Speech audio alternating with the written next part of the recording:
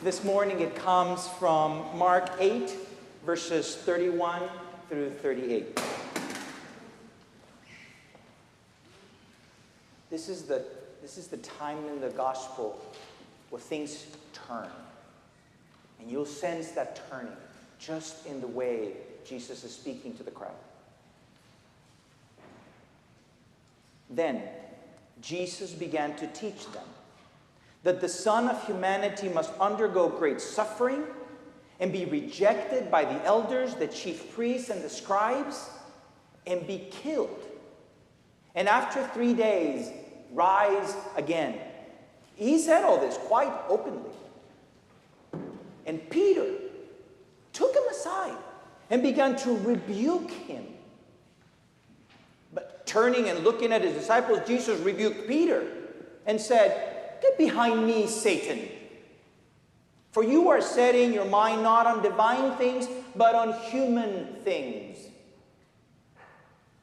He called the crowd with all his disciples and said to them, "If any want to become my followers, let them deny themselves and take up their cross and follow me. For those who want to save their life will lose it. And those who lose their life for my sake or for the sake of the gospel will save it. What will it profit them if they gain the whole world and forfeit their life? Indeed, what can they give in return for their life? Those who are ashamed of me and of my words in this adulterous and sinful generation, of them the Son of Humanity will be ashamed when he comes in the glory of God with the holy angels." Friends, this is the word of the Lord. Thanks be to God. You may be seated.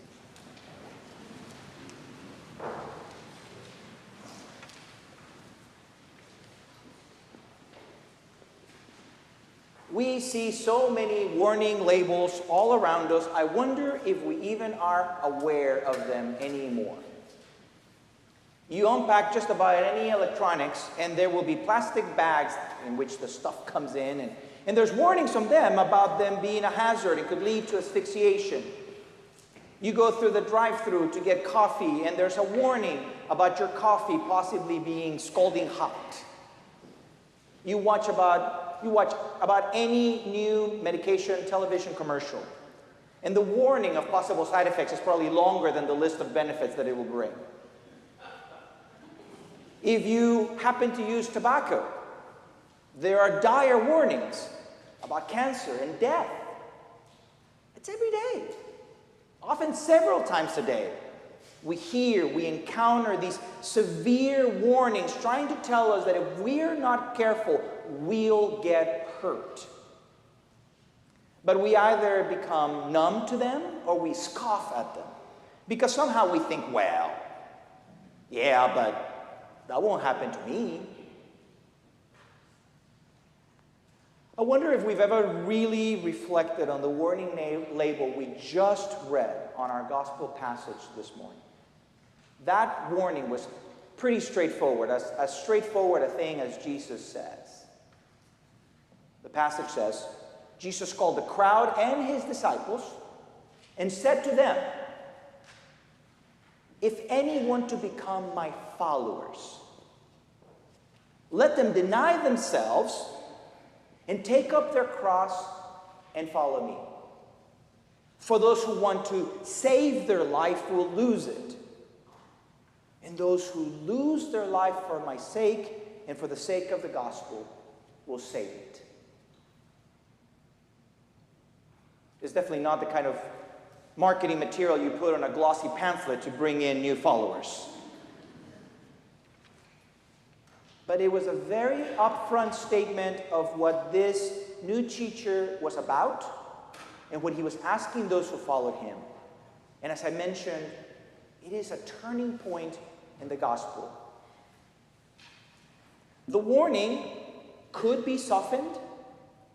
It could be dismissed, which is perhaps how we might be inclined to deal with it. For one thing, the very disciples he was speaking to, they were confused. They were confused a lot. And some, like Peter, were quite directly talking to Jesus and trying to talk him out of this path. Jesus must be mistaken, Peter thought. Or Jesus must not be experienced enough in this kind of thing, so I'll set him right. In this and in other passages, they try to wonder, the disciples do, if they have done enough. Have we done enough not to go to the extreme of what Jesus was warning them about? And they ask him at one point, have we left our family enough? Have we left our possessions enough? Do we qualify not to get to where you're saying we need to go? And and maybe to our modern ears, that warning loses some of its sting with the centuries that come between Jesus and us. Because this cross business, it's really serious business. It's worth talking about it. We wear crosses around our neck. We get tattoos of crosses. Crosses show up in churches. They show up on the front cover of our Bibles. It is without a doubt a very important symbol of our faith, because it reminds us how Jesus, dying on the cross, creates this 3-day climax. It's part of a 3-day climax of faith, of God's power, because God would not let death have the last word. And so God raised Jesus on that Easter morning. That was the fact of the reconciliation, was the reconciliation between human beings and God. A way to see the cross then would be a needed sacrifice. Like older religious traditions of the people of God, where something, an animal, had to die in order to give life to the rest of the people. That's a brutal way to understand God. It's thinking about God like this bloodthirsty deity that must be pacified.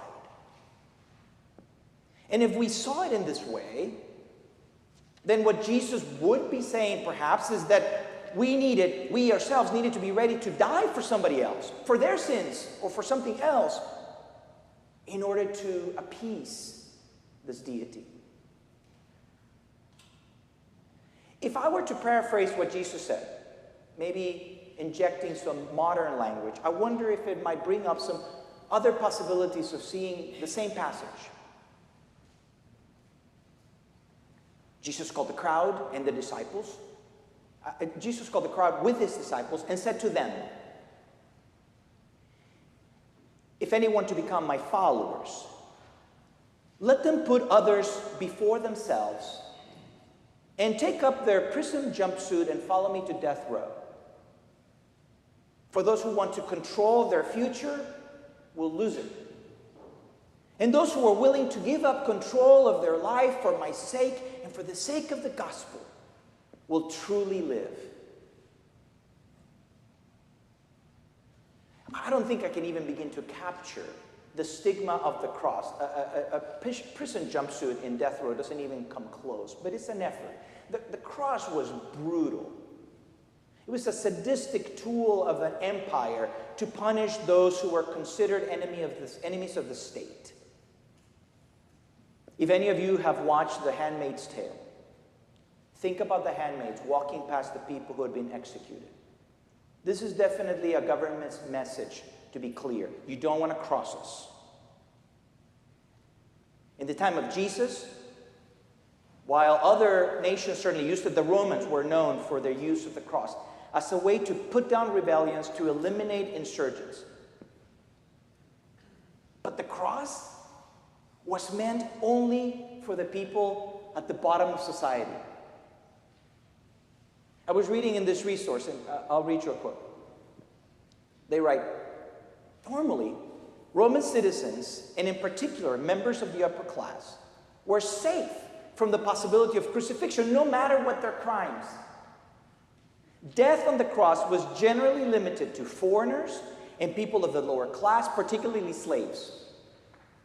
Cicero once defended a respectable Roman citizen, saying, Even if we are threatened with death, we may die free men.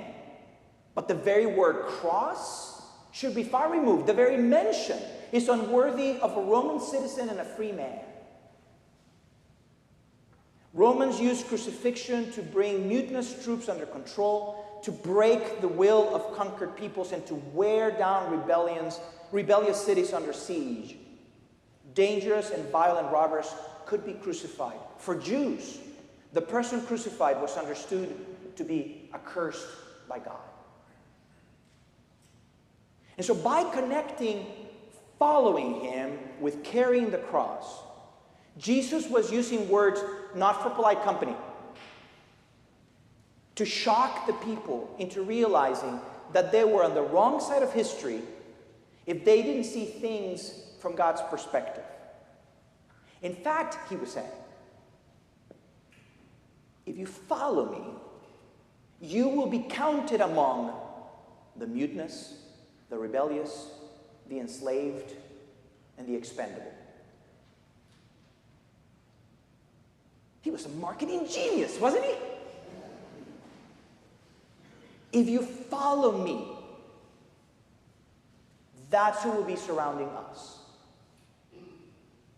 And if what you want to do is keep things neat, tidy, and under control, following me is going to upset everything completely to the point that your life will be unrecognizable from this point on. It was maybe then, I wonder, if that's when the disciples sort of realized, because this is sort of halfway through their time with Jesus.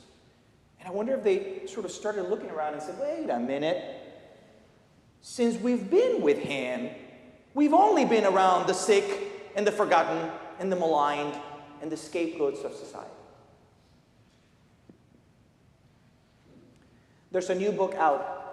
It's entitled The Triumph of Christianity, How a Forbidden Religion Swept the World by Bart Ehrman. It paints a picture of the contrasting worldview of Christianity versus all the other religions at the time in the Roman Empire, particularly at the time of Constantine, the Roman emperor who would decide to convert to Christianity. Eventually, Christianity would become the religion of the empire. That's a controversial topic for another time. But the author summarized the situation in a way that I've never read quite so succinctly before. I'm quoting a lot, sorry, but this is good. If one word could encapsulate the common social, political, and personal ethic of the Roman time, of the Roman Empire, that word would be dominance. In a culture of dominance, those with power are expected to assert their power over those who are weaker. Rulers are to dominate their subjects, patrons their clients, masters their slaves, men their women. This ideology was not merely a cynical grab for power or a conscious mode of oppression. It was the common sense, millennia-old view that virtually everyone accepted and shared, including the weak and the marginalized. With such an ideology, one would not expect to find governmental welfare programs to assist weaker members of society, the poor, the homeless, the hungry, the oppressed. The Roman world did not have such things. Christians, however, advocated a different ideology. Leaders of the Christian church preached and urged an ethic of love and service. One person was no more important than another. All were on the same footing with God. The master was not more significant than the slave, the patron than the client, the husband than the wife, the powerful than the weak, the robust than the diseased. Now, whether those Christian ideals work themselves out in practice is another question. Christians sometimes, indeed many times, spectacularly failed to match their pious sentiments with concrete actions, or even more, acted in ways contrary to their stated beliefs.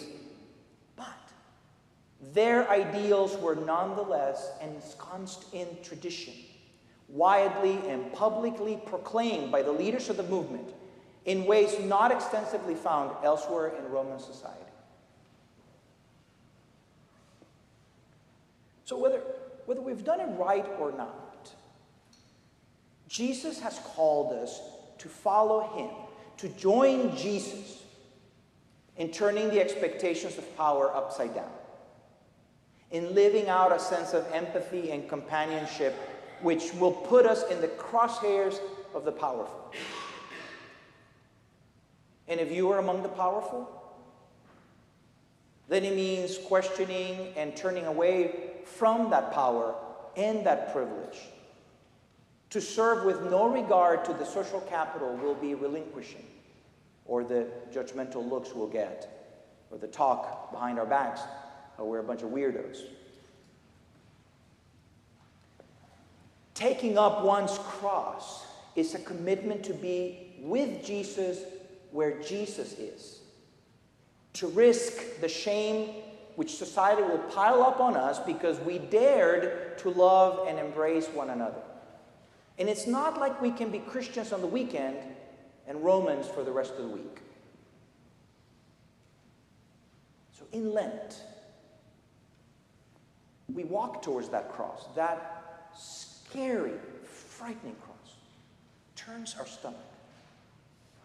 But Jesus is using it to invite us to love people like only God can love people.